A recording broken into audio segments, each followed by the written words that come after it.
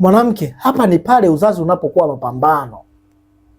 Unahesabu miaka bila kupata mtoto, unabaki kujilaumu na kuumia, ila mbaya zaidi wengine wanakulaumu kwa kuwa hujapata mtoto. Aidha ni mawifi wakwe au mumeo au ndugu wa mumeo au ndugu zako mwenyewe.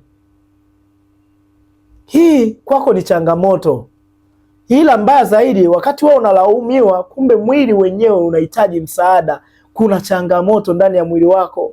Aidha inaweza ikawa ni uvimbe kwenye kizazi, aidha inaweza ikawa ni mashambulizi makali kwenye via vya uzazi, aidha inaweza ikawa ni mirija imeziba. Sawa, watu wanasema ovarian cyst au fallopian tube. Kuna changamoto huko. Sawa, usikae kimya, maana bila kupata msaada hili tatizo linaweza likapelekea ndoa yako kuvunjika, nawe kuishia kwenye maisha ya msongo wa mawazo na kuishia kuwalaumu watu wengine. Kumbe hatua za afya yako ungechukua wewe mwenyewe na ungetibika ndani ya muda mchache. Kama ndo mara ya kwanza unatizama video hii, usiache kufollow, kwa maana inawezekana usione tena. Kama una swali lolote, comment nami niko tayari kujibu.